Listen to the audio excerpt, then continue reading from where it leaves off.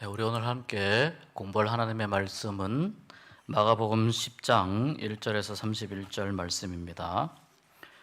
신약성경 마가복음 10장 1절에서 31절 말씀입니다.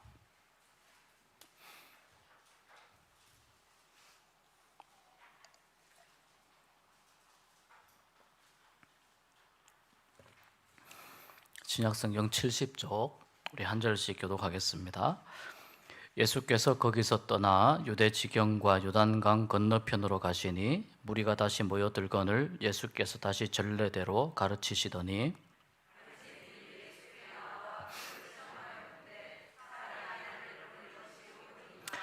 대답하여 이르시되 모세가 어떻게 너희에게 명하였느냐? 예수께서 그들에게 이르시되 너희 마음이 완악함으로 말미암아 이 명령을 기록하였거니와 이러므로 사람이 그 부모를 떠나서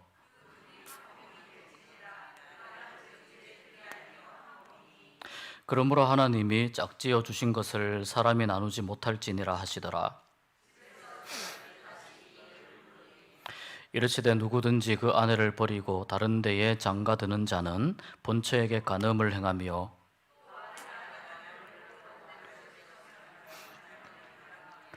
사람들이 예수께서 만져주심을 바라고 어린아이들을 데리고 오매 제자들이 꾸짖거늘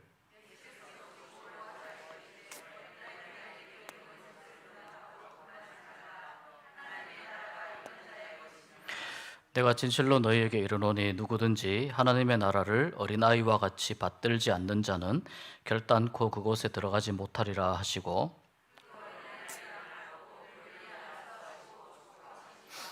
예수께서 길에 나가실새 한 사람이 달려와서 꿇어앉아 묻자오되 선한 선생님이여 내가 무엇을 하여야 영생을 얻으리이까?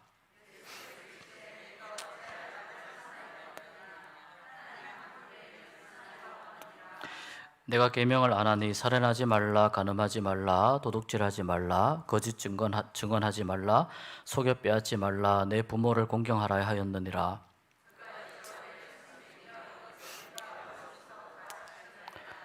예수께서 그를 보시고 사랑하사 이르시되 내게 아직도 한 가지 부족한 것이 있으니 가서 내게 있는 것을 다 팔아 가난한 자들에게 주라. 그리하면 하늘에서 보화가 내게 있으리라. 그리고 와서 나를 따르라 하시니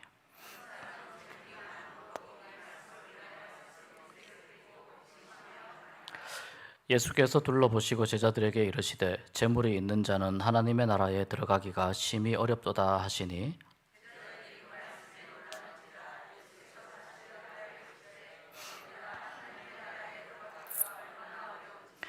낙타가 바늘 끼로 나가는 것이 부자가 하나님의 나라에 들어가는 것보다 쉬우니라 하시니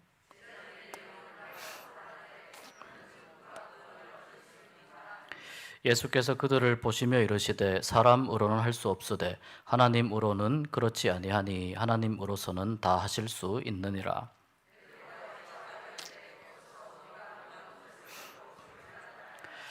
예수께서 이르시되 내가 진실로 너희에게 이르노니 나와 복음을 위하여 집이나 형제나 자매나 어머니나 아버지나 자식이나 전토를 벌인 자는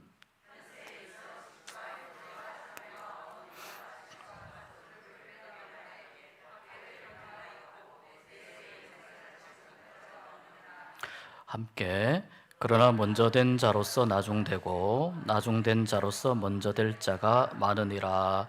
아멘. 네, 오늘 우리 또 함께 수요신앙 아카데미 같이 모였는데요. 우리 옆에 분 보시면서 인사 한번 하도록 하겠습니다. 말씀의 능력이 나타나길 축복합니다.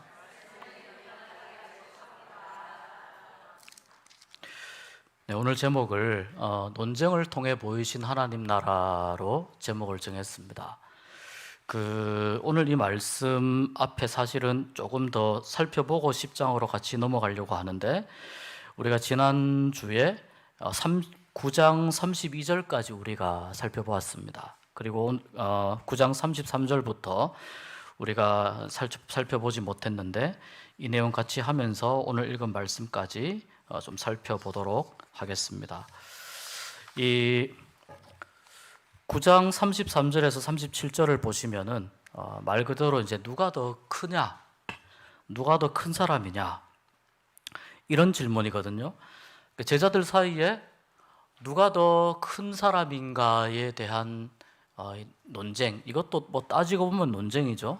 예수님이 모르는 것처럼 넌지시 물으십니다. 너희가 토론한 것이 무엇이냐? 그러니까 우리가 누가 더 큰 사람인가?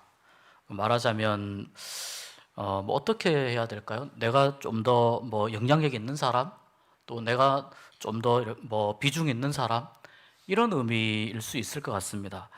근데 예수님이 단호하게 이렇게 말씀합니다. 첫째가 되고자 하면, 우리 자료에 나와 있는 대로 보시면 뭇사람의 끝이 되며 뭇사람을 섬기는 자가 되어야 하리라. 네, 그냥 단호하십니다. 다른 설명이 따로 필요 없습니다. 다른 설명이 필요 없고, 너희들이 스스로 첫째가 되고자 하면 다른 사람을 섬기는 자가 되어야 하리라. 이거 바꾸어 말하면 섬기는 사람이 큰 사람이라는 뜻이에요. 섬기는 사람이 큰 사람이라는 뜻이고, 섬기는 사람을 하나님이 귀하게 여기신다는 뜻이거든요. 그러니까 하늘나라의 법칙은 어떻게 보면 굉장히 단순합니다. 하나님 앞에 겸손하면 언젠가 하나님이 높여주신다는 것이 이 하나님 나라의 법칙입니다. 근데 희한하게 내가 높아지려고 하면 하나님은 계속 꺾으세요. 언제까지 겸손해지나 보자. 계속 꺾으세요. 간단합니다. 하나님 앞에서는 겸손한 게 제일 좋은 겁니다. 그래서 여기 말씀처럼 첫째가 되고자 하면 누구든지 섬기는 사람이 되어야 한다. 이 또 다른 말로 하면 계속해서 첫째가 되기 위해서 고집을 부리면 어떻게 된다고요? 끝에 가게 된다, 이런 뜻이에요. 계속 첫째가 되기 위해서 고집을 피우면 끝으로 가게 된다는 의미가 안에 있습니다. 그러면서 이제 오늘 말씀해 보면은 36절에도 어린아이가 나왔고 10장에도 보면은 어린아이에 관한 이야기가 나오죠. 어린아이에 관한 말씀이 좀 집중적으로 많이 나오는 본문입니다. 아이를 데리고 아이처럼 나를 영접하지 않으면, 아이처럼 나를 받들지 않으면, 그 아이처럼이라고 하는 말은 이제 뭐냐면, 아이는 굉장히 미숙하지 않습니까? 미숙하고 어리고 부족한 존재.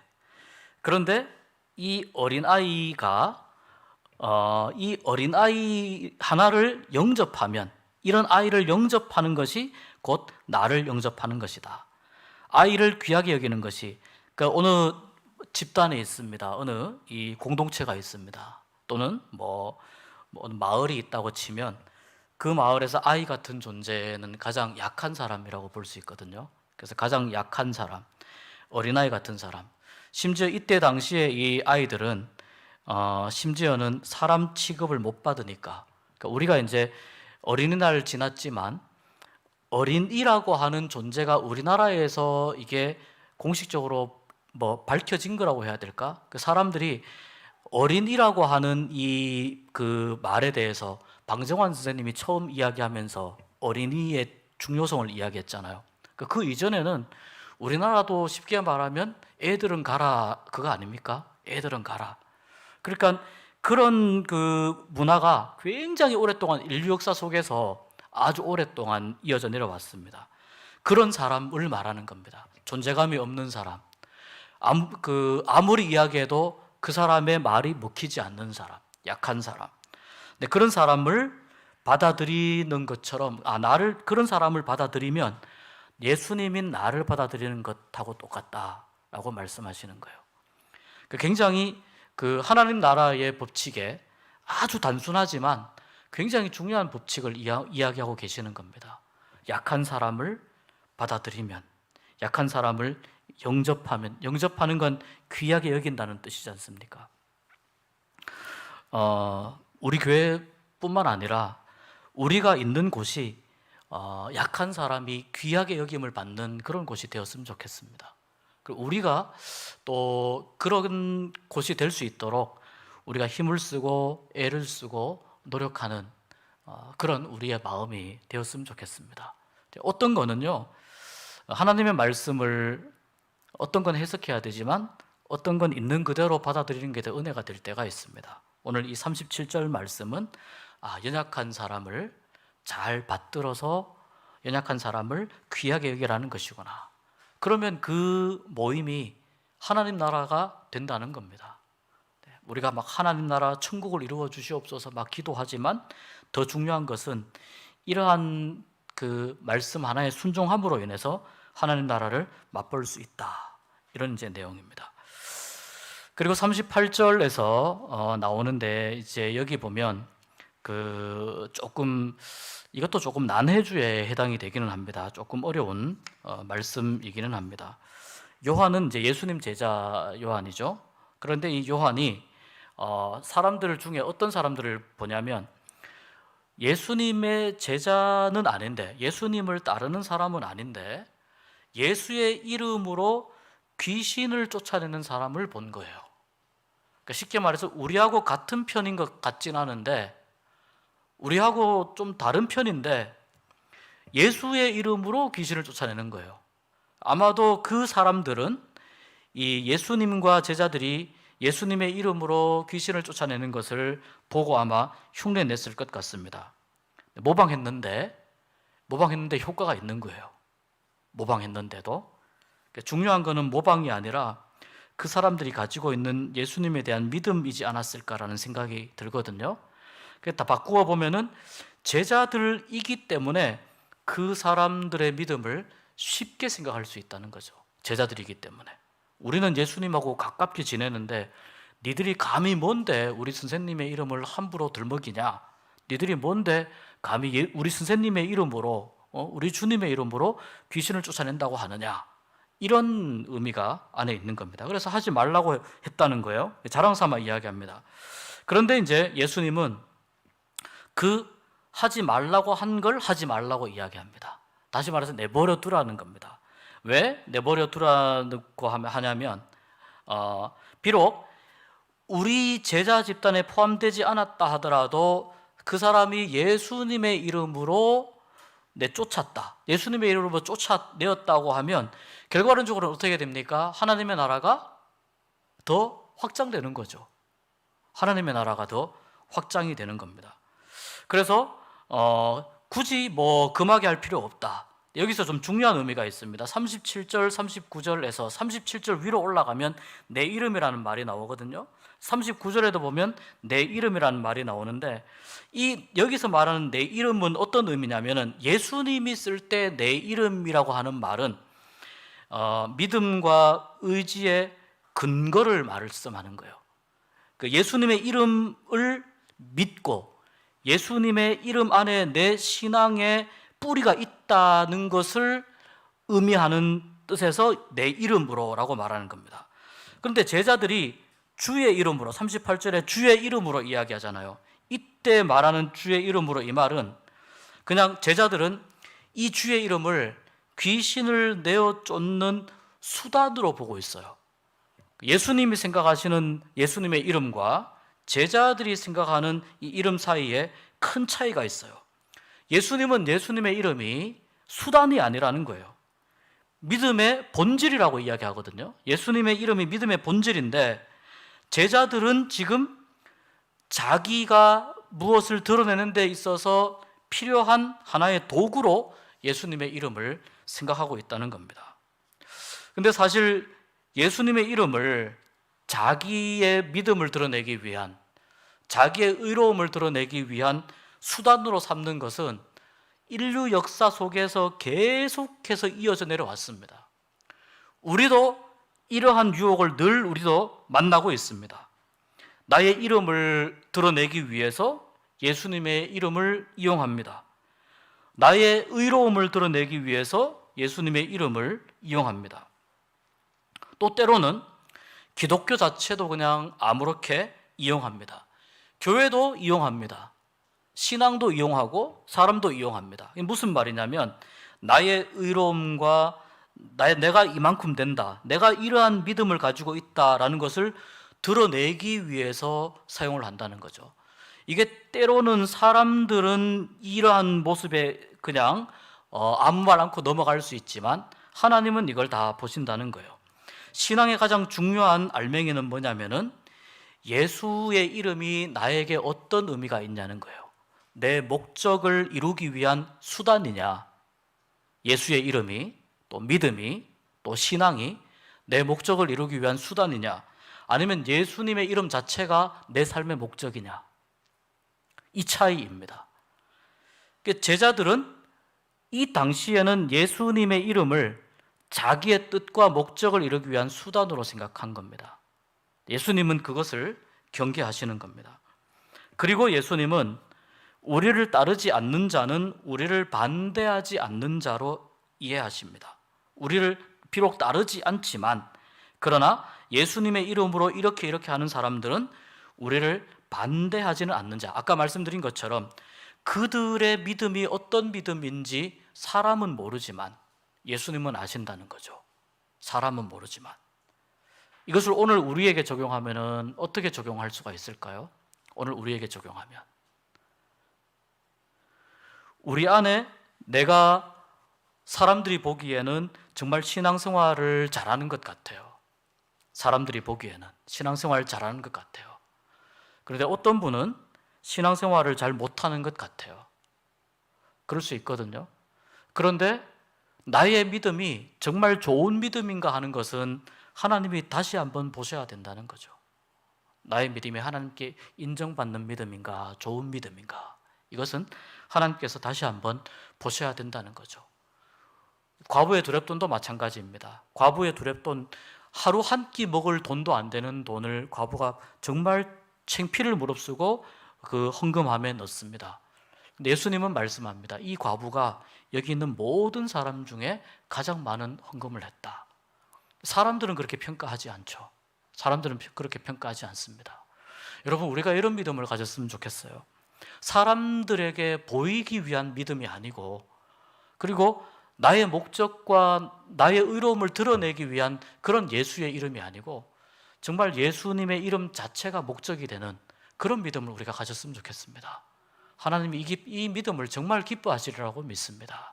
이런 믿음을 가질 수 있기 위해서 또 우리가 기도하면서 또 말씀 속에서 애쓰는 우리가 되었으면 좋겠습니다. 그런데 자, 이제 이렇게 그 말씀을 쭉 이어가다가 만약에 너희들이 그리스도에게 속한 자라고 하여, 제자들에게 이야기하잖아요. 그리스도에게 속한 자라고 하여 물 한 그릇, 이것은 이제 앞에 어린아이를 영접하는 것과 비슷한 개념이에요. 그래서 그냥 넘어가겠습니다. 어린아이를 영접하는 것과 비슷한 개념이기 때문에 물 한 그릇을 대접하면 큰 상을 얻을 거다. 그리고 그 밑에 42절에 보면 작은 자 중 하나라도, 이 작은 자도 실제로 어린아이를 이야기하는 것일 수도 있고 공동체 안에 연약한 사람일 수도 있어요. 이런 거예요. 이 공동체 안에 믿음이 약한 사람 또는 공동체 안에 누군가가 있는데 여기서 실족한다고 하는 말은 나에 의해서 그 사람의 믿음이 걸려 넘어진다는 뜻이거든요. 나에 의해서. 그 사람이 믿음이 연약한 사람인데 나는 굉장히 믿음이 괜찮아요. 신앙생활도 오래 했고 또 나름대로 신앙의 경험도 있고 하나님을 만난 경험도 있는데, 근데 나에 의해서 그 연약한 사람의 믿음이 나에 의해서 혹시 걸려서 만약에 넘어지게 되면, 그래서 연자맷돌은 이렇게 돌리는 이 맷돌이 아니잖아요. 말이나 뭐 소가 끄는 굉장히 큰 연자맷돌이지 않습니까? 그 연자맷돌을 달아서 목에 달아서 바다에 던져지는 것이 차라리 낫다. 그게 낫다. 이게 연자맷돌을 던지는 것이 당시에 로마의 처형법 중에 하나랍니다. 이 돌의 구멍에 목을 매게 해가지고 그 바다에 그냥 깔아앉혔습니다. 또 이 갈릴리에서도 반란에 가담했던 사람들을 이런 식으로 좀 처형하기도 했습니다. 사람들이 이 처형 방법을 쓴 이유 중에 하나는 이렇게 해서 바다에 깔아앉은 사람들은 다시는 밖으로 못 나온다는 그런 자기들의 그 어떤 믿음이 있었던 것 같아요. 한번 이렇게 빠지면 다시는 밖으로 나오지 못한다. 그리고 뭐 다시는 말하자면 이제 딴짓을 못한다, 이런 거죠. 그러니까 이 커다란 맷돌을 목에 묶어가지고 바다에 빠지는 것만큼이나 무거운 일이 뭐냐면, 혹시 믿음 좋은 나 때문에, 믿음이 좀 연약한 우리 공동체의 누군가가 혹시 나 때문에 걸려서 넘어진다면 이 정도의 책임을 져야 된다. 이 정도의 책임이 있는 무거운 일이다라는 것입니다. 그러니까 여러분, 신앙생활을 오래 한 거는 정말 우리의 기쁨이고 자랑이라면 틀림이 없습니다. 신앙생활을 오래 한 건. 그러나 이 신앙생활을 오래 한 분들에게 주어지는 또 하나의 하나님의 요구가 뭐냐면, 신앙생활을 다른 사람들이 나의 신앙생활을 보고 있다는 겁니다. 다른 사람들이 나의 신앙생활을 보고 있고, 또 나의 신앙의 모습이 다른 사람들에게 영향을 준다는 것을 의미하거든요. 이것을 꼭 잊지 말고 기억해라. 계속 이제 말씀합니다. 43절에 보면 내 손이 나오죠. 45절에 내 발이 나오죠. 47절에 내 눈이. 이 만약에 성경을 문자적으로 적용한다면 우리는 참 정말 믿음을 지키기 매우 어려운 말씀을 만난 겁니다. 성경을 만약에 문자적으로 적용한다면 이 손이나 발이나 눈, 이 사람들이 이러한 그 사람들의 어떤 그 충동을 일으킬 수 있는, 영향을 줄 수 있는 그런 요소가 주로 눈이라든지 손이라든지 발이라든지 이런 감각 기관에 많이 있다고 생각했거든요. 그래서 예수님께서 사람들이 굉장히 예민하게 생각하는 것, 손으로 하는 것, 뭐 발로 하는 것, 눈으로 하는 것, 가장 예민하게 생각하는 것을 들어서 이야기하시는 겁니다. 위의 말씀과 사실은 거의 비슷한 말씀인데, 내가 직접 이 말씀은 이런 의미가 있어요. 손이 범죄했거든 정말 손을 찍어버리라. 그러한 말씀의 의미를 그대로 받아들일 수도 있지만 사실 그렇다면 굉장히 무서운 말씀이죠. 이 말씀을 이렇게 이해할 수 있습니다. 우리가 직접 손이든 눈이든 발이든 우리가 죄를 짓지 않는 것이 정말 중요하고, 또는 죄를 지었다 하더라도, 또는 적극적으로 우리가 선을 행하는 것을 방해하거나 또는 범죄의 가능성을 주는 것조차도 조심해라, 그런 의미가 있습니다. 범죄의 가능성을 주는 것, 잘못하는 것, 잘못할 빌미를 주는 것조차도 조심해라. 그래서 아까 말씀드린 대로 사람들이 당시에 손이나 발이나 눈으로 짓는 죄에 굉장히 민감했기 때문에 예수님이 이 말씀을 하셨습니다. 불에 이렇게 소금구이 하지 않습니까? 그죠? 고기에다가 소금을 딱 넣으면 소금이 어떻게 됩니까? 막 튀겨 오르죠? 네, 한 번도 안 드셔보신 것처럼 예, 많이 드시잖아요. 소금구이 해가지고.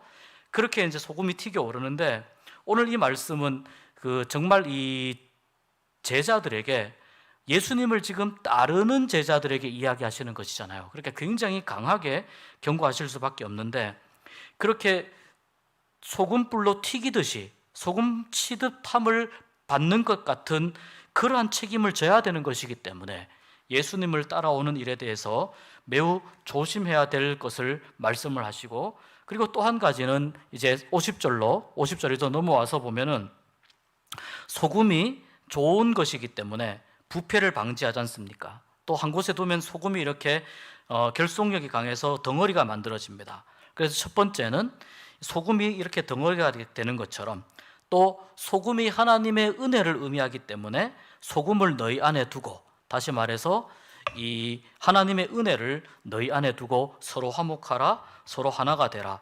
그렇게 할 때, 서로 화목하고 서로 하나가 될 때 우리가 이 공동체 안에서 아까 말씀드린 대로 하나님의 나라가 확장되는 것을 경험하게 된다고 예수님께서 결론적으로 말씀하는 것을 볼 수 있습니다.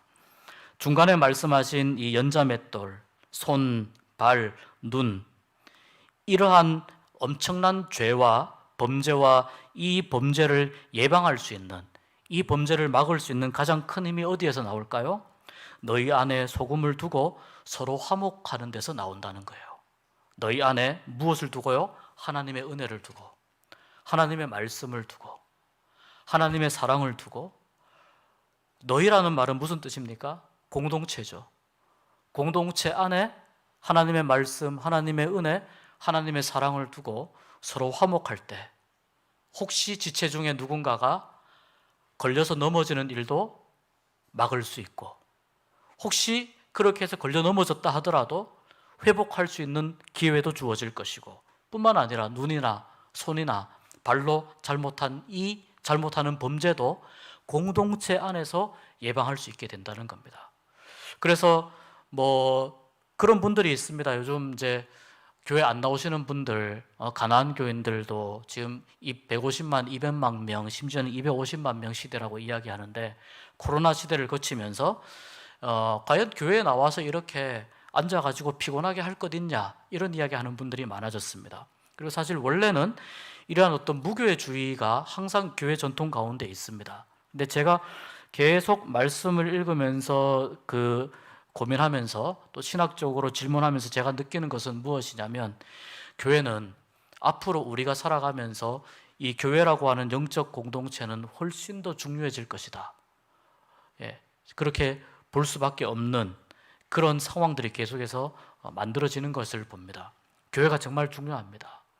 교회가 그렇게 해야지, 교회가 영적인 공동체로서 서로 화목하고 사랑이 넘치는 교회가 되어야 정말 그 안에서 하나님의 나라가 이런 것이고, 사람들이 함께 신앙생활 한다는 것이 이런 것이고, 그것을 보여줄 수 있는 것이거든요. 그래서 하나님의 나라는 말에 있지 않다는 거죠. 말에 있지 않고 능력에 있는 거죠. 행함에 있는 거죠. 우리가 어떤 공동체를 만들어 가느냐에, 거기에 뭐가 있냐면 하나님 나라의 능력이 있는 거죠. 이 말씀을 잘 기억하시길 바랍니다. 오늘 10장으로 넘어오겠습니다. 10장에 우리가 읽은 이 말씀이 세 가지의 내용으로 나옵니다. 첫 번째는 이혼에 관한 말씀입니다. 두 번째는 어린 아이들에 관한 말씀이고, 세 번째는 재물과 구원에 관련된 말씀입니다. 이혼은 간단합니다. 바리새인들이 예수님께 와서 물은 의도가 예수님을 시험하려고 물었습니다. 예수님이 그 의도를 아시고 질문합니다. 바리새인들의 질문은 이것입니다. 사람이 아내를 버리는 것이 옳습니까? 라는 질문입니다. 이미 자기들이 뭔가를 알고 이야기하는 거예요. 예수님이 이야기합니다. 모세가 어떻게 너희에게 명하였느냐고 예수님이 묻습니다. 그러자 바리새인들이 자기들이 알고 있는 지식을 율법 지식으로 이야기합니다. 모세는 이혼 증서를 써주라고 했습니다. 이혼 증서를 써주고, 여기 참 성경에 보니까요, 버리기를 허락하였나이다, 이렇게 되어 있습니다. 버리기를. 이게 의미가 있는 것이요, 이 당시 남성 중심의 사회이기 때문에 여성을 남자의 어떤 부속품 정도로 취급하는 그 시대란 말이죠. 그러니까 이혼 증서를 써주고 물건 버리듯이 그렇게 해도 된다라고 사람들이 생각했다는 겁니다. 예수님이 질문하신 이 질문은 무슨 뜻이냐면, 모세의 율법을 너희가 알고 있느냐, 그런 의미가 아니에요. 지식적으로 모세의 율법을 알고 있느냐, 그 의미가 아니고, 모세의 율법을 이미 너희들이 알고 질문을 하고 있는데, 하나님이 모세에게 이 율법으로 주셨을 때에 그 원래 의도가 무엇인지를 알고 있느냐를 질문하는 거예요. 하나님이 왜 이것을 주셨겠느냐, 왜 모세를 통해서 이것을 주셨겠느냐. 실제로 모세가 이혼 증서를 써주어서 이혼하도록 허락하였다고 신명기 24장에 나오는데, 모세의 이 명령은 잘 들어보십시오. 이혼을 할 경우에 이혼 증서를 써주라는 뜻입니다. 반드시. 이혼 증서만 써주면 어떤 이유로 이혼하든 정당하다, 이런 의미가 아니에요. 이혼 증서만 쓰면은 아무 때나 이혼할 수 있다. 바리새인들은 이런 의미로 지금 이야기하는 거예요. 모세는 무슨 뜻이냐면, 정말 이혼을 해야 한다면 이혼 증서를 써주어라. 완전히 다른 의미잖아요. 정말 다른 의미입니다. 왜 그러냐면, 만약에 이혼 증서만 써주면 아무 때나 이혼할 수 있다, 이건 무슨 뜻이에요? 남편이 마음만 먹으면 그냥 이혼 증서를 써서 그냥 주기만 하면 언제든지 이혼할 수 있는 이혼 편의주의를 이야기하는 거예요. 아무 때나 이혼할 수 있다. 이것을 막기 위해서 모세가 이혼 증서를 써주라고 했다는 거예요. 이걸 막기 위해서. 또 동시에 이 사람은 이혼을 한 사람입니다 라는 것을 이 증서를 통해서 하나의 증거를 남기라는 거예요. 이 사람은 이혼한 사람입니다. 그래서 혹시라도 이혼한 여인이 다시 결혼이 가능하도록 하기 위해서, 이혼당하는 여인을 보호하기 위해서 이혼 증서를 써주라고 한 게 모세 율법의 취지예요. 근데 사람들은 이혼 증서만 써주면 돼. 좀 기분 나쁘면 이혼 증서 쓰는 거예요. 조금만 어떻게 하면 이혼 증서 쓰는 거예요. 이혼 증서를 써주지 않은 상태에서 이혼당한 여인이 만약에 재혼할 경우에 전 남편이 안 좋은 마음을 먹고 문제 제기를 할 수 있거든요. 그러면 어떻게 되느냐? 이 여인은 간음한 여인이 됩니다. 이혼 증서가 없는 상태에서 하게 되면. 그래서 사형에 처해질 수도 있어요. 이것을 방지하기 위해서 모세가 꼭 이혼이 필요하다면 이혼 증서를 쓰라 하고 이야기한 겁니다. 원래 이 법은 그래서 사람이 워낙 완악하기 때문에 사람이 악해서 일어나는 그 막 무분별하게 일어나는 이혼을 줄이기 위해서 모세가 이걸 이야기한 겁니다. 또 여성을 남성의 소유물처럼 여기던 당시의 그 사회의 안 좋은 풍토에서 여인들을 보호하기 위해서 이혼 증서를 모세가 이야기한 겁니다. 이것을 지금 바리새인들이 완전히 뒤집어 가지고 남성 편의주의적인 생각에서 이야기를 하고 있습니다. 제자들이 나중에 와서 예수님께 질문합니다. 예수님이 조금 더 구체적으로 이야기를 하죠. 여기 이제 예수님께서 6절부터 9절까지 해서 사람의 완악함 때문에 주어진 이 이혼과 관련된 이런 모세의 율법, 이 율법이 주어졌지만 원래 하나님은 어떻게 하셨냐면 원래 하나님은 하나님이 짝주어 주신 것은 그대로 끝까지 가라고 하신 게 원래 하나님의 창조 질서였다는 것을 이야기하신 거거든요. 그런데 이게 안 지켜졌기 때문에 어쩔 수 없이 모세가 이렇게 하였다라는 걸 예수님이 설명하신 겁니다. 그래서 이 본절에서는 이 11절에서는 뭐냐면은 사실은 이혼 자체가 부당한 것이다라는 것이 예수님이 정말 하고 싶은 말씀입니다. 물론 아주 피치 못할 상황에서 이혼을 해야 되는 상황이 생길 수도 있습니다. 그리고 12절에 보니까 여기는 자 보세요. 아내가 남편을 버리고 라고 되어 있습니다. 아내가 남편을 버리고. 아까는 보통 남성 중심적인 사회에서 남편이 아내를 버린다는 개념으로 이혼이 이야기가 되었는데 여기는 아내가 남편을 버리고 이렇게 지금 이야기되고 있죠. 이 말씀이, 이 마가복음이 지금 수신자가 누구냐면 로마에 살고 있는 그리스도인들이라고 말씀드렸어요. 로마에 살고 있는 그리스도인들. 유대인들의 입장에서는 이 말씀은 좀 생소합니다. 유대인들은 아내가 남편을 버리고 이 말이 이해가 안 돼요. 그런데 로마에 살고 있는 사람들은 아내가 남편을 버리고 이 말도 이해가 돼요. 다르니까. 상황이 다르니까. 그래서 남편이 아내를 버리는 것 또는 아내가 남편을 버리는 것 이 모두가 결국은 하나님의 원래 창조 질서에는 어긋나는 것이다. 그러나 정말 피치 못하게 하려면은 그렇게 하라고 한 것에 대해서 말씀합니다. 특별히 12절 이 말씀을 하신 것은 당시 이 마가복음을 읽어야 되는 로마에 살고 있는 성도들이 이제 이 말씀을 들었을 때 이 말씀이 훨씬 더 가깝게 이해되는 거죠. 로마 사회는 여성에게도 이혼의 권리를 허용하였기 때문입니다. 그래서 로마에 사는 그리스도인들은 이 말씀을 듣고 훨씬 더 잘 이해했을 겁니다. 아마도 남편이 아내를 버리고 이 내용만 있었다면 이해하기가 좀 어려웠을 겁니다. 이러한 내용이 이 말씀 가운데 있다는 것을 우리가 보시면 되겠습니다. 창조 질서를 계속해서 지켜나가야 한다는 것이 이 말씀의 핵심 내용입니다. 그리고 예수님과 계속해서 지금 이 논쟁이라고 해야 될까? 계속해서 이야기들이 이어지는데 그 다음에 이제 예수님이 계실 때에 사람들이 아이들을 데리고 나옵니다.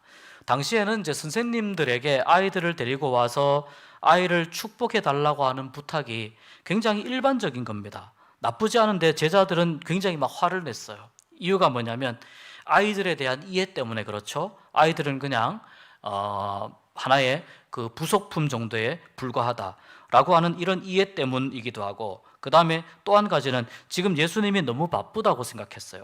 할 일이 너무 많아가지고 아이들이 우선순위에서 밀려나게 됩니다.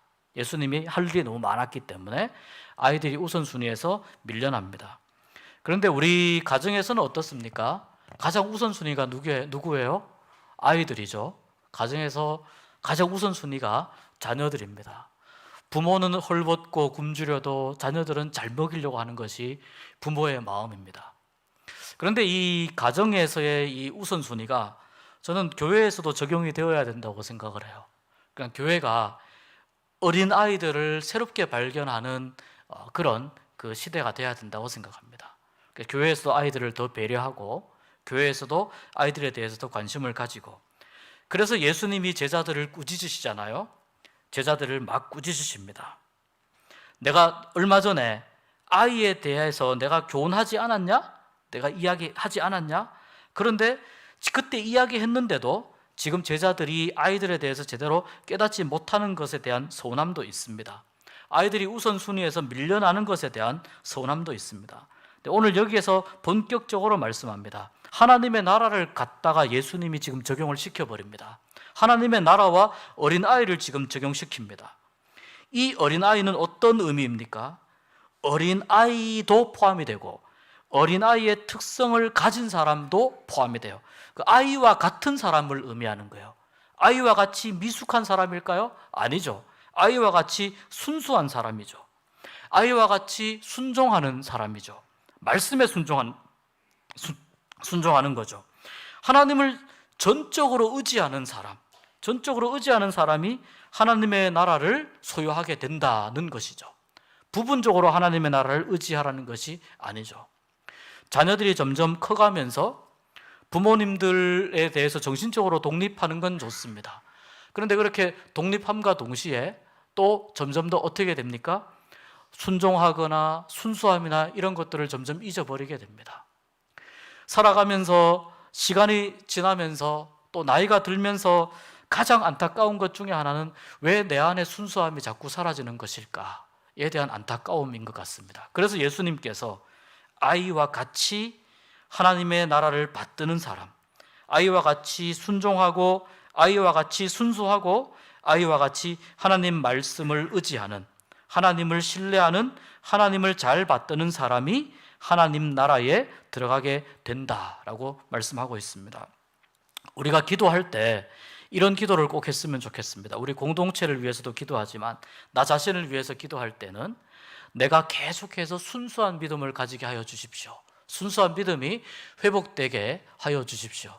여러분, 믿음 자체가 순수한 거예요. 믿음은 순수해야 믿음이거든요.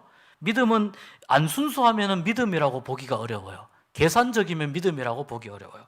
순수한 믿음을 가지는 우리 모두가 될 수 있기를 축복합니다.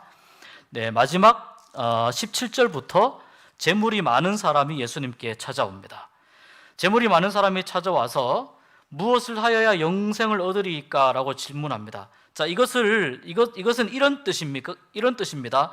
내가 무엇을 하여야 영생을 거저 얻겠습니까? 라는 질문이에요. 이 말이 모순되죠? 내가 무엇을 하여야 영생을 거저 얻겠습니까? 거저 얻으려면 무엇을 하면 안 되죠? 가만히 있어야 거저 얻는 거죠? 아니면은 거저 얻겠습니다 이 말을 빼든지 내가 무엇을 하여야 영생을 얻겠습니까? 이렇게 하든지. 근데 이 말의 원뜻이 그런 의미예요. 무엇을 하여야 영생을 거저 얻겠습니까? 무슨 뜻이냐면 이 사람이 나름대로 율법을 잘 지키는 사람임에도 불구하고 자기가 무엇에 대해서 질문해야 되는지 지금 모르고 있다는 뜻입니다. 무엇에 대해서 질문하는지. 그런데 이 영생은 우리가 아는 것처럼 아무런 조건 없이 이유 없이 하나님이 주시는 선물과 같은 것인데 이것을 모르고 지금 내가 무엇을 해야 어떤 대가를 지불해야 됩니까? 라고 이야기합니다. 먼저 예수님은 이 사람에게 5가지의 말라와 하나의 하라를 가지고 말씀합니다. 말라 계명을 안 하니 살인하지 말라, 간음하지 말라, 도둑질 말라, 거짓 증언하지 말라, 속여 빼앗지 말라. 그 다음에 하라, 부모를 공경하라. 당시 유대인들이 하나님에 대해서는 나름대로 율법을 잘 지켰어요.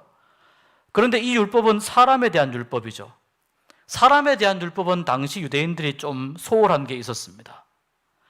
그런데 이 청년은 그 다음에 대답하는 걸 보면 이 사람은 지금 예수님이 말씀하시는 이 율법을 잘 지키고 있다고 이야기합니다. 나름대로 잘 지키고 있다. 예수님은 또 무엇을 보고 싶냐면 과연 이 율법의 참된 목적을 잘 알고 지켰느냐? 이것을 또 예수님은 묻고 싶은 겁니다. 하나도 어김없이 지켰느냐? 정말 율법 안에 내포되어 있는 이 율법을 두 가지로 정리하면 무엇입니까? 내 뜻과 목숨과 정성을 다해서 하나님을 사랑하라. 이와 같이 내 이웃을 사랑하라. 이것이 이 율법의 핵심 가치잖아요. 과연 율법을 지키면서 하나님 사랑과 이웃 사랑이라고 하는 이 온전한 사랑이라는 이 근본 가치를 그대로 구현하면서 지켰느냐라고 예수님이 질문하는 거예요. 그 질문에 대해서는 이해하지 못하고 저는 다 지켰습니다 라고 대답해요. 그래도 다 지켰으니까 일단은 기특하니까 예수님이 그 사람을 보면서 사랑하는 마음으로 예수님이 말씀합니다. 그런데 따뜻한 말로 이야기하시는 거예요. 참 좋은데, 괜찮은데, 지키느라고 애썼는데, 수고했는데, 그런데 한 가지 부족한 것이 있다. 한 가지 부족한 것이 있다. 결정적으로 지금 부족한 것이 있다. 이 지금 부자는요, 물질로는 굉장히 풍요로운 사람이죠. 그런데 예수님은 풍요로움을 살고 있는 사람에게 당신에게 부족한 것이 있다라고 또 역설적으로 이야기합니다. 풍성함을 살고 있는 사람에게. 예수님이 5계명에서 10계명까지를 언급하셨는데 이 부자는 그것을 내가 잘 지키고 있다고 말씀했습니다. 그런데 예수님은 그 뒤에 무슨 말씀을 하시냐면 물질과 관계된 단어를 사용해서 말씀합니다. 이 뭐 하지 말라, 살인, 간음, 도둑질, 거짓 증언, 이건 다 사람과의 관련되어 있는 것인데, 그런데 이 사람과의 관련되어 있는 이 계명을 모두 다 지킨다고 하더라도 그 마음 가운데에 정말 참된 사랑이 없다면, 참된 사랑이 그 안에 포함되어 있지 않다면 외형적으로 이렇게 지키는 것은 아무 의미가 없다는 겁니다. 그리고 특별히 예수님께서는 이 부자 청년이 가장 집착하고 있었던 것, 물질을 이야기하시면서 그 사람의 가장 부족한 것이 무엇이냐면 그 마음에서 우러나는 하나님 사랑과 이웃 사랑에서 표현되어야 할 진실한 사랑과 희생을 이야기하시는 거예요. 물질을 어떻게 사용하고 있는가, 물질을 어떻게 다스리고 있는가, 이것을 이 사람에게 말씀하고 있는 거예요. 그러니까 하나님을 사랑하고 사람을 사랑하는 것, 그 이면에는 무엇까지 포함된다고요? 물질을 어떻게 다스리고 있는가, 물질을 어떻게 잘 사용하고 있는가. 오늘날 정말 우리가 이 물질 만능주의에 살고 있습니다. 살아가면서 우리가 물질이 필요합니다. 하나님이 주시는 복 중에 물질의 복이 당연히 있습니다. 당연히 있습니다. 하나님께서 이 물질 만능주의, 예전에 자본주의에 대한 말씀을 드린 적이 있는데, 자본이 가장 삶의 근본이 되는 세상 속에서 우리가 살아가기 때문에 자칫 잘못하면 하나님의 자리에 언제든지 물질을 올려놓을 그런 위험한 세상 속에 우리가 살고 있다는 겁니다. 언제든지. 근데 하나님은 늘 말씀합니다. 이 물질이 언제든지 하나님 행세를 할 수 있다고 말씀합니다. 무슨 뜻입니까? 그 말은 물질의 많고 적음을 이야기하는 것이 아니에요. 하나님하고 내가 건강한 친밀한 관계가 되어 있지 않으면 언제든지 우리는 물질의 노예가 될 수 있음을 이야기하는 거예요. 이 물질의 노예는요, 물질을 얼마나 많이 가지고 있느냐, 물질을 얼마나 적게 가지고 있느냐 하고 상관이 없어요. 제가 여러 많은 분들을 이렇게 만나보니까 많은 풍성한 물질을 가지고 있는 분들 중에도 물질로부터 정말 자유하게 살아가는 분들이 계세요. 그러니까 돈이 많아서 자유하다는 뜻이 아니라 물질을 다스리면서 살고 계시는 분들이 계세요. 그런데 굉장히 물질에 대해서 좀 어려운 분들 중에 물질에 굉장히 사로잡혀서 살고 있는 분들도 계신단 말이죠. 우리에게 정말 중요한 것은 뭐냐면 하나님이 우리에게 필요하면 물질의 복은 얼마든지 주실 수 있는 분이라는 것을 우리가 믿는 겁니다. 그런데 이 믿음 위에 우리가 무엇이 하나 더 필요하냐면 하나님이 주신 물질을 어떻게 우리가 다스릴 것인가, 절대로 여러분 물질은 숭배의 대상이 되어서는 안 됩니다. 물질은 다스림의 대상이 되어야 됩니다. 특별히 그리스도인들이 이 물질관을 잘 가지고 있어야 한다는 겁니다. 이 이야기를 지금 예수님이 하고 있습니다. 물질을 어떻게 사용하느냐가 무엇이 나타나냐면 그 사람이 하나님을 어떻게 사랑하는가, 그 사람이 사람들을 사랑하고 있는가 사랑하고 있지 않는가, 이것이 드러나는 중요한 척도가 되기 때문이라는 겁니다. 그래서 예수님께서 물질을 가지고 오십니다. 부자 청년이 이 이야기를 듣고 슬픈 표정을 짓습니다. 왜 슬픈 표정을 짓냐면 고민합니다. 내가 율법의 조항을 문자적으로는 지켰는데 예수님은 내가 숨기고 싶어 하는 내 마음속에 있는 정말 가장 큰 약점을 지금 건드리신 거예요. 나는 율법을 다 지켰다고 생각했는데 이것만큼은 안 건드리셨으면 했는데 예수님이 그걸 지금 건드리신 거예요. 그래서 자신의 재물을 팔아서 가난한 자들에게 나누어 주라는 이 말씀이 어떤 의미인지 알고 있는 거죠. 그런데 이 지금 부유한 사람은 그것을 받아들일 수 없기 때문에 슬픈 표정이 얼굴에 나오게 됩니다. 이런 면에서 볼 때 이 사람은 영생에 대한 관심이 있는 사람이지만 그러나 이 세상에서의 안락에도 계속 연연하고 있다고 볼 수 있습니다. 하나님은 늘 우리에게 말씀합니다. 예수님께서도 하나님을 섬기든지 재물을 섬기든지 둘 중에 하나를 어떻게 하라고요? 선택하라고 말씀합니다. 둘 중에 하나를 선택하라. 이 양자 선택의 문제에서 우리가 하나님이 기뻐하는 그런 선택을 할 수 있는 믿음을 가질 수 있었으면 좋겠습니다. 제자들이 이 이야기를 듣고 예수님의 말씀을 듣고 이제 제자들이 놀랍니다. 이 이야기를 듣고 많이 놀랍니다. 왜냐하면 제자들은 평소에 이 물질의 축복을 하나님이 주신 축복이라고 생각했기 때문입니다. 특히 구약에서의 이 부는 단순한 부 자체로서의 가치에다가 하나님이 주신 복과도 같았어요. 아브라함이 그렇게 복을 받았죠. 이삭도 그 부가 되었죠. 야곱도 그렇게 되었죠. 욥기도 그렇죠. 솔로몬 왕도 얼마나 많은 복을 받았습니까? 그러니까 하나님이 주시는 복의 하나의 증거, 그 증거가 뭐냐면 물질이라고 생각을 했습니다. 틀린 말 아닙니다. 틀린 말 아니고 맞는 말입니다. 그래서 사람들이 부유하다, 이 말은 하나님께 축복을 받은 것이다. 이것은 그 사람이 하나님 앞에서 선한 사람이다 라는 걸 의미하는 거예요. 선한 사람이다. 그 부유하지 못하다는 건 뭡니까? 하나님 앞에서 악하기 때문이라는 논리도 성립되었습니다. 제자들도 이런 생각을 가지고 있었는데 예수님은 지금 이 당시에 사람들이 갖고 있는 이 생각을, 그 다음에 구약 시대부터 이렇게 이어져 내려오는 이 부의 개념을 예수님이 완전히 뒤집어 엎으시니까 제자들이 놀라는 겁니다.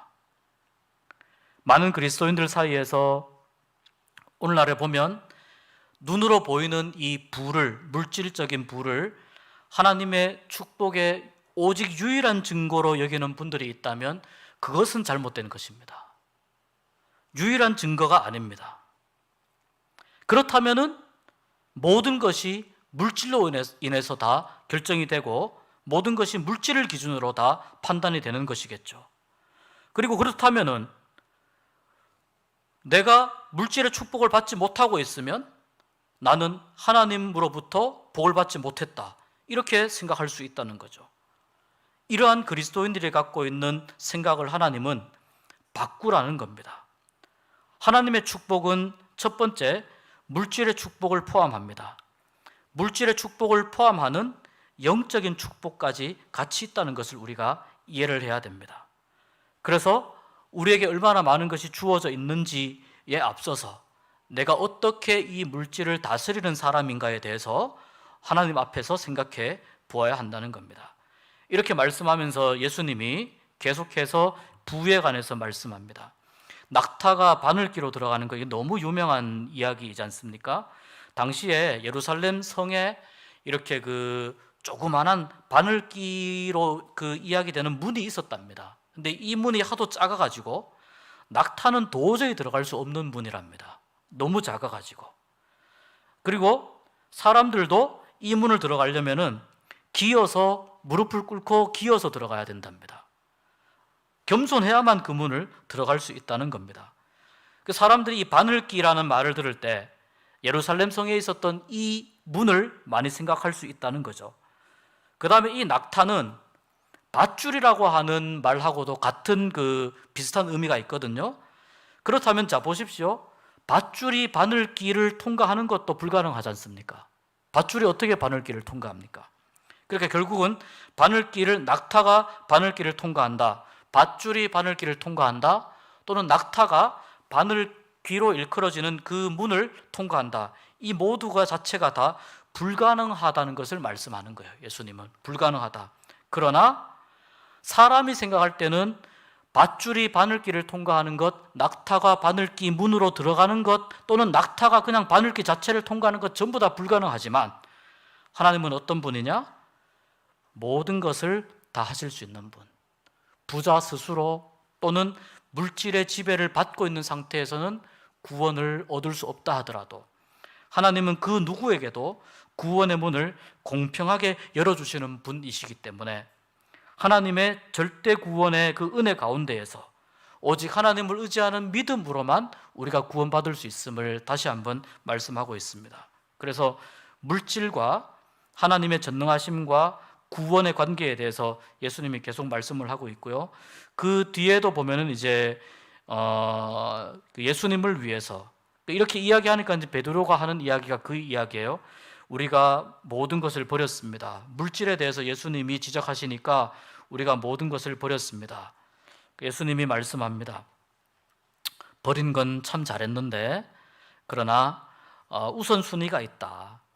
이 가족이나 집이나 이런 것들, 가족이나 집을 문자적으로 버리라는 의미가 아니고 이 가족이나 집과 같은 이 세상에 속한 것을 버리는 것, 이 세상적인 것보다 더 우선순위에 하나님을 두고 하나님의 말씀을 두고 하나님을 사랑한 믿음으로 살아갈 때 그때 참된 구원이 주어진다고 하는 것, 예수님을 가장 소중한 분으로 여기라는 것으로 이 말씀을 마무리합니다. 끝에 한 가지 더 예수님이 말씀하는데요, 이렇게 한 사람들에게는 현세에 또 100배도 받고 내세의 영생을 받는다고 말씀하거든요. 여기에서 말씀하는 이 현세의 100배를 받는다는 말은 우리가 살아가는 이 세상 가운데에서 하나님이 보상해 주신다는 의미예요. 이 세상에서도 보상해 주시고 그 다음에 영생 가운데에서도 우리를 인도하시고 안내해 주실 것이다 라고 말씀하고 있습니다. 이 마지막 말씀을 좀 정리를 해보겠습니다. 마지막 말씀 31절 말씀을 보면서 좀 정리를 해보겠습니다. 그러나 먼저 된 자로서 나중되고 나중된 자로서 먼저 될 자가 많다. 이 말씀으로 정리를 해보겠습니다. 예수님은 그 모든 것을 버리고 예수님을 쫓은 제자들을 향해서 먼저 이 말씀을 했습니다. 그래서 사실 이 말씀을 하신 대상은 누구냐면 먼저 하나님 앞에 부름받은 유대인들입니다. 아까 영생의 길을 물었던 그 부자와 같은 유대인들입니다.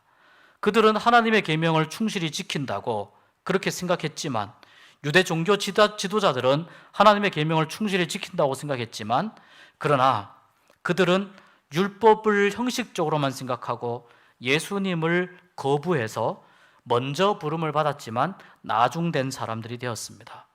그리고 나중에 부름받은 예수님의 제자들이 오히려 먼저 된 사람들이 되었습니다. 하나님 앞에 먼저 되고 나중되는 것이 뭐 그렇게 중요하겠습니까? 정말 중요한 것은 오늘 우리가 이 말씀을 통해서 여러 가지 많은 논쟁도 있었고 예수님의 많은 가르침도 있었는데 이 말씀 가운데에서 우리가 생각해 보아야 할 것은 하나님을 우리가 얼마나 전적으로 의식하고 얼마나 하나님을 우리가 전적으로 신뢰하는 믿음으로 하나님을 우선시하는 그런 믿음으로 우선순위에 두는 믿음으로 살아가느냐의 문제입니다.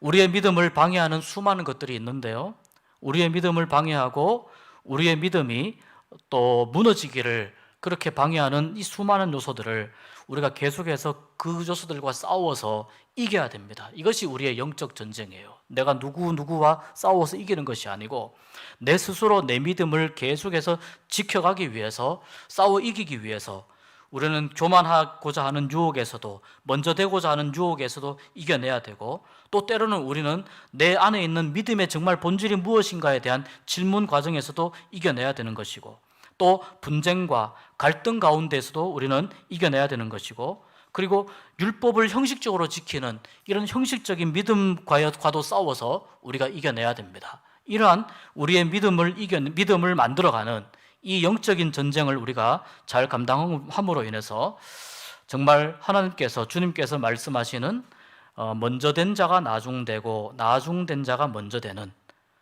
그런 은혜 가운데에서 하나님 앞에 인정받는 믿음으로 설 수 있게 되기를 간절히 축복합니다. 그리고 먼저 된 자가 나중되는 경우가 왜 생기냐면은, 먼저 부름을 받았다고 하는 우월감 때문에 먼저 된 자로서 마땅히 힘써야 될 신앙의 성숙을 위해서 노력하지 않기 때문입니다. 신앙은 가만히 있으면은 퇴보하게 되어 있습니다. 가만히 있으면 신앙은 퇴보합니다. 하나님과 계속 친밀한 교제를 만들어가지 않으면 신앙은 자꾸 약해져요. 점점 줄어들고 약해집니다. 성장하지 못하는 믿음은 점점 후퇴하게 되어 있습니다. 내 믿음이 그렇게 후퇴하게 될 때 그 후퇴하는 틈을 사탄이 늘 틈타게 됩니다. 우리의 영성생활과 경건생활은 이 부분에 초점을 맞춰야 됩니다. 내가 얼마나 하나님과 친밀하게 살아가고 있는가, 얼마나 내가 하나님과 긴밀하게, 얼마나 하나님과 깊은 사귐 속에서 살아가고 있는가. 하나님과 나 사이에 틈이 생기지 않게 하여 사탄이 틈타지 아니하도록 그런 빌미를 주지 않는 영적인 전쟁에서 승리하는 모두가 될 수 있기를 축복합니다. 기도하겠습니다. 하나님, 은혜를 감사합니다. 오늘 말씀을 통해서 여러 많은 주님의 가르침들을 생각해 보았습니다. 중요한 것은 우리가 이 모든 상황들 속에서 하나님이 원하시는 믿음의 본질적인 부분을 깨닫고 있느냐의 문제인 줄로 믿습니다. 하나님, 눈에 보이는 그러한 모습으로 자랑하지 않게 하여 주시옵소서. 또한 하나님, 우리가 우리 공동체 안에서 연약한 지체들을 잘 돌보며, 또한 우리의 믿음이 약해지지 아니하도록 늘 하나님을 가까이 하는 신앙생활을 하게 하여 주시옵소서. 믿음이 더욱더 깊어지게 하시고 우리의 믿음이 더욱더 성숙하고 성장하도록 인도하여 주셔서 사탄이 틈을 타지 아니하도록 지켜주시고 날마다 우리가 만나야 할 이 영적 전쟁에서 승리하는 저희들이 되도록 인도하여 주시옵소서. 예수님 이름으로 기도하오며 주기도문으로 마치겠습니다. 하늘에 계신 우리 아버지 이름을 거룩하게 하시며 아버지의 나라가 오게 하시며